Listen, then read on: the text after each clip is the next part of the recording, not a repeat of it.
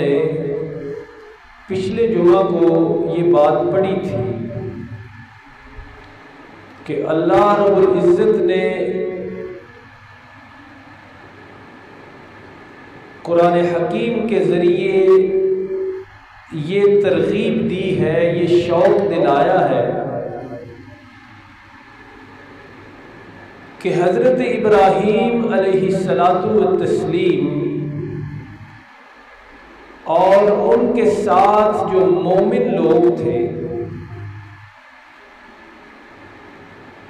ان کا وہ کردار اپنایا جائے، اختیار کیا جائے جو انہوں نے شرک کے مقابلے میں ادا کیا۔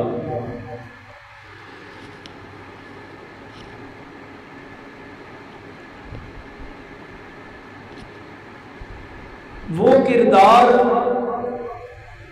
قرآن حکیم نے پھر تفصیل سے کئی مقام پر ذکر فرمایا ہے۔ حضرت ابراہیم علیہ الصلاۃ والتسلیم کی زندگی کا جائزہ لیا جائے، مطالعہ کیا جائے، پڑھا جائے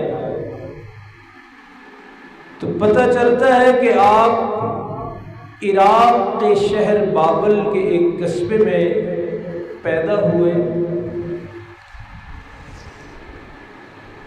جس زمانے میں آپ کی ولادت ہوئی اس زمانے میں اس وقت نمرود کی حکومت تھی۔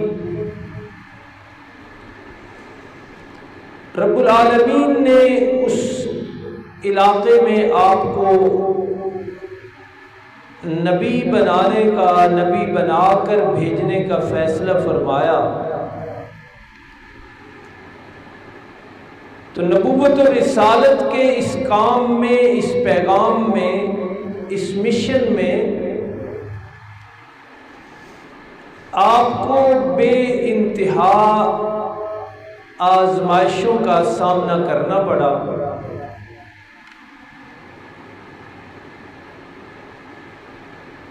احادیث اور تاریخ کی کتابوں کا مطالعہ کرنے سے اور برق گردانی کرنے سے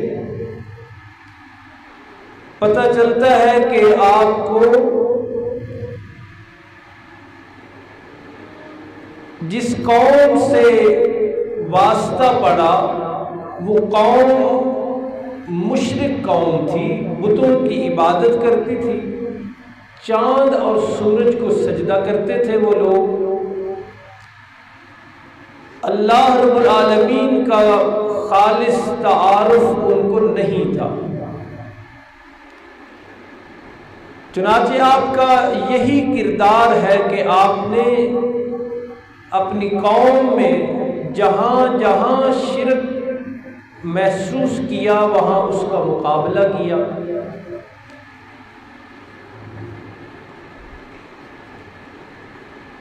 شرک آپ کے گھر میں تھا تو آپ نے اس کا بھی مقابلہ کیا، شرک آپ کی پوری قوم میں تھا تو پوری قوم کا مقابلہ فرمایا، اور تنہا تنہا اور اکیلے۔ اور اگر آپ کی قوم کا بادشاہ مشرک تھا تو اس کے دربار میں بھی اللہ کی توحید کے نغمے سنائے۔ جہاں بھی شرک محسوس کیا وہاں ہی اس کا مقابلہ کیا، کوئی خوف محسوس نہیں کیا۔ اسی لیے اسی کردار کو اپنانے کا قرآن ہمیں شوق دلاتا ہے کہ شرک کے مقابلے میں ایسے بن جاؤ جیسے حضرت ابراہیم علیہ السلام کی قوم تھی، ماننے والے جو تھے، کہ انہوں نے کوئی لچک نہیں دکھائی، کوئی مفاہمت نہیں دکھائی، کوئی کمزوری نہیں دکھائی۔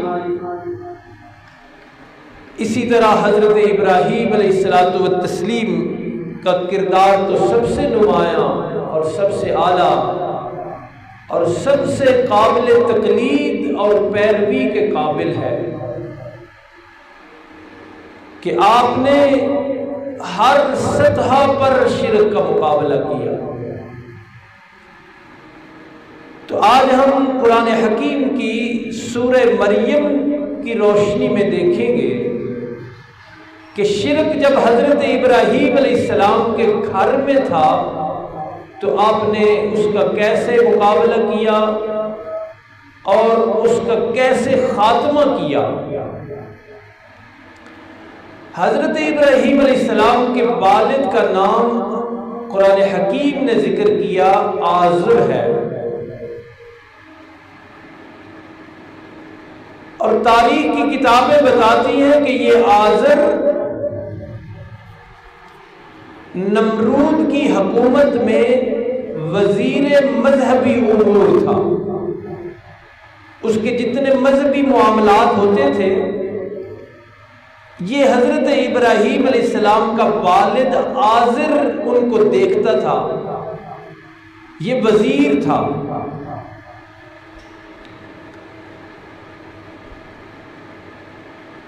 ملک بھر کے بت خانے اس کی زیر نگرانی تھے، خود اس کا گھر شرک کا گڑھ تھا، شرک کا اڈا تھا، بلکہ شرک کی فیکٹری تھی۔ ملک بھر میں جہاں کہیں خداؤں کی اور بتوں کی ضرورت محسوس ہوتی، سپلائی یہاں سے ہوتی تھی، بت سپلائی کیے جاتے تھے۔ گویا آزر بت پرست بھی تھا، بت تراش بھی تھا اور بت فروش بھی تھا۔ تو یہاں اللہ نے حضرت ابراہیم علیہ السلام کو پیدا فرمایا، اور حضرت ابراہیم علیہ السلام نے سب سے پہلے اپنے باپ سے ہی بات کی، گھر سے ہی شرک کے خاتمے کا آغاز فرمایا، اور وہی آج کا ہمارا مضمون ہے۔ قرآن حکیم کی آیات دیکھیے کس طرح اللہ کے پیغمبر خلیل اللہ نے اپنے والد کو باریکی کے ساتھ، نرمی کے ساتھ، خیر خواہی کے ساتھ، ہمدردی کے ساتھ سمجھائی یہ بات کہ جن کو تم معبود اور مسجود سمجھ رہے ہو یہ مسجود نہیں، یہ عبادت کے لائق نہیں، یہ خدا نہیں، ان کی عبادت نہ کرو۔ دلائل کے ساتھ سمجھایا، خیر خواہی کا انداز اختیار کیا، مقابلہ خوب کیا، لیکن پیغمبرانہ شان کے ساتھ۔ کوئی جملہ آپ کو ایسا نظر نہیں آئے گا جس سے والد کی توہین ہوتی ہو، نہیں، ایسا نہیں کیا۔ والد محترم کا مقام برقرار رکھتے ہوئے مسئلہ صاف کر کے سمجھایا، سیدھا اور صاف صاف مسئلہ سمجھایا۔ اور پھر حضرت ابراہیم علیہ السلام کا یہ کردار کہ شرک کا خاتمہ گھر سے کیسے کیا، اللہ کو اتنا پسند آیا کہ رب العالمین نے اسے قرآن کا حصہ بنایا جو قیامت تک پڑھا جاتا رہے گا۔ قرآن حکیم کے روشن الفاظ دیکھیے، فرمایا وَاذْكُرْ فِي الْكِتَابِ إِبْرَاهِيمَ، میرے محبوب مکرم، رحمت مجسم، ہادی دو عالم صلی اللہ علیہ وسلم قرآن حکیم میں شان و شوکت کے ساتھ ذکر فرمائیے حضرت ابراہیم علیہ السلام کا، ان کا تذکرہ کیجئے، قرآن میں ان کا تذکرہ کیجئے، اور کون سا پہلو، کون سا کردار جب وہ اپنے والد سے مخاطب تھے، جب وہ اپنے والد کو بات سمجھا رہے تھے، جب وہ کوشش کر رہے تھے کہ ان کے گھر سے شرک کا گڑھ، شرک کا اڈا اور شرک کی فیکٹری ختم ہو، فرمایا انہو کان صدیقا نبیا، حضرت ابراہیم علیہ الصلوۃ والتسلیم صدیق تھے اور نبی تھے۔ اذ قال لأبیہ یا ابت لم تعبد ما لا يسمع ولا يبصر ولا يغنی عنک شیئا۔ بڑا ہی قابل ذکر ہے یہ واقعہ کہ میرے خلیل حضرت ابراہیم نے اپنے والد سے فرمایا یا ابت لم تعبد، عبادت کیوں کرتے ہو میرے والد محترم ایسے معبودوں کی عبادت کیوں کرتے ہو؟ کیسے معبود؟ یہ ایک معبود کا تعارف بھی ہے، بتایا کہ الہ کون ہوتا ہے، عبادت کرنی کس کی چاہیے اور تم کس کی کر رہے ہو۔ کتنا صاف صاف مسئلہ ہے، کوئی لگی لپٹی نہیں، کوئی چکنی چپڑی نہیں، کوئی الفاظ کا گھور دھندا نہیں کہ ادھر ادھر کی بات کی اور بات سمجھ ہی نہ آئے، ایسی نہیں بات کی، صاف صاف فرمایا لم تعبد ما لا يسمع ولا يبصر ولا يغني عنك شيئا۔ والد محترم، آپ جن معبودوں کی عبادت کرتے ہیں ان معبودوں کی حالت یہ ہے کہ لا يسمع، وہ سنتے ہی نہیں ہیں، کس لیے پکارتے ہو؟ وہ تو سنتے ہی نہیں، ہاتھ اٹھا کر التجائیں تو تب کرو جب وہ سنیں، دعاؤں میں انہیں تب پکارو جب وہ سننے کی صلاحیت رکھتے ہو، وہ تو تمہاری سنتے ہی نہیں۔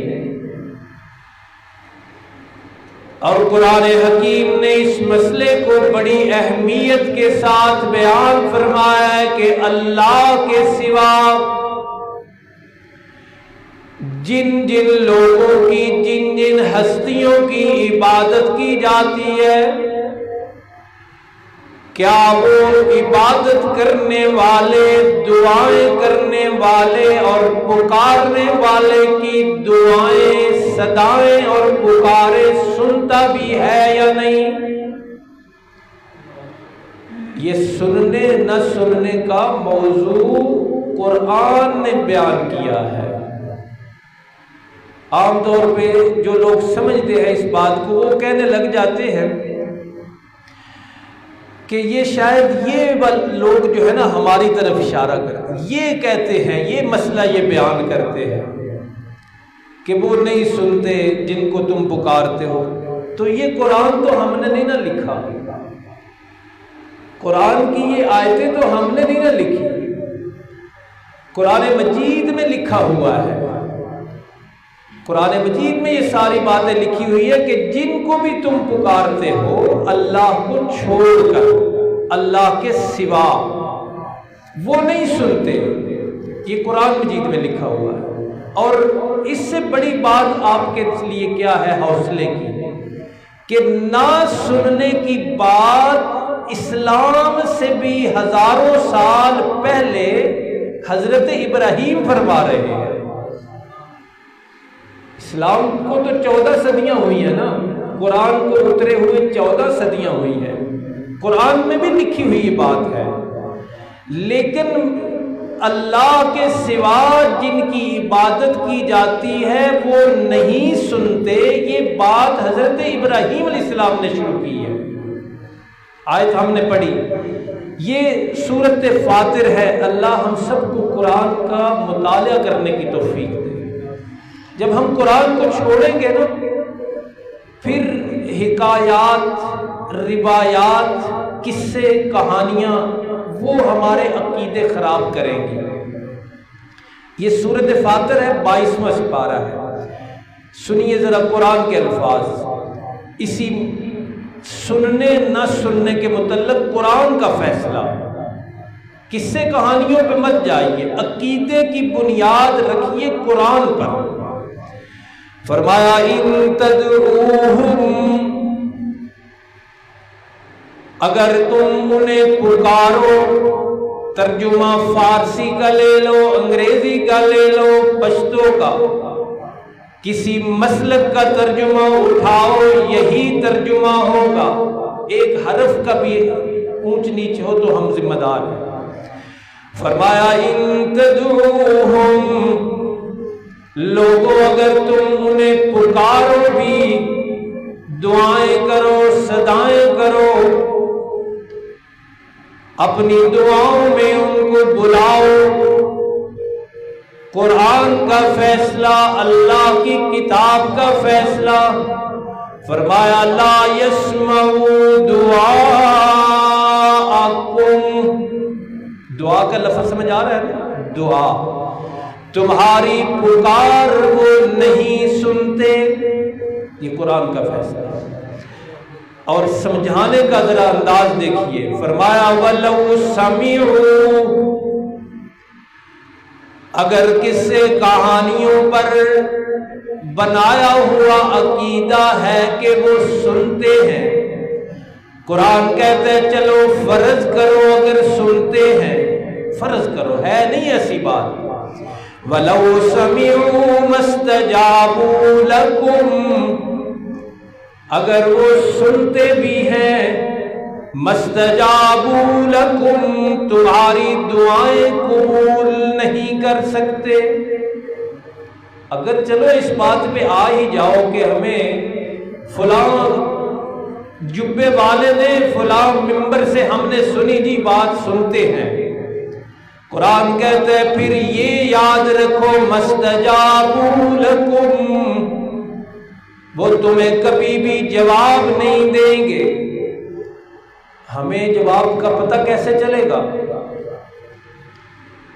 بھئی دیتے ہیں جواب یا نہیں؟ اللہ کہتے ہیں میں نے اس کے لیے بھی ایک دن رکھا ہوا ہے، اس دن وہ خود بتائیں گے کہ ہم کوئی نہیں سنتے تھے. اور وہ دن تو بعد میں آنا ہے لیکن بتا اللہ نے پہلے دیا ہے قرآن میں. وہ دن تو قیامت کا دن ہے. بندہ کہہ سکتا ہے چلو جی یہ قیامت کا دن پتہ چلے گا. عام طور پہ جب فرقے آپس میں جھگڑا کرتے ہیں نا تو کوئی حق والا بات بتائے نا بھئی حق بات یہ ہے، تو اپنے مسلک کو اپنے فرقے کو چھوڑنے کو دل نہیں کر رہا ہوتا تو بندے فیصلے قیامت والے دن ہی ہونے دے. بھائی اگر قیامت والے دن بھی ہونے ہیں تو بتا اللہ نے اب دیا ہوا ہے. یہ قرآن سامنے نہیں پڑھا، الماریوں میں پڑھا ہے، ہر مسلک کا ترجمہ موجود ہے. سنیے قیامت والے دن وہ کیا کہیں گے. فرمایا وَيَوْمَ الْقِيَامَةِ يَكْفُرُونَ بِشِرْكِكُمْ، اور اگر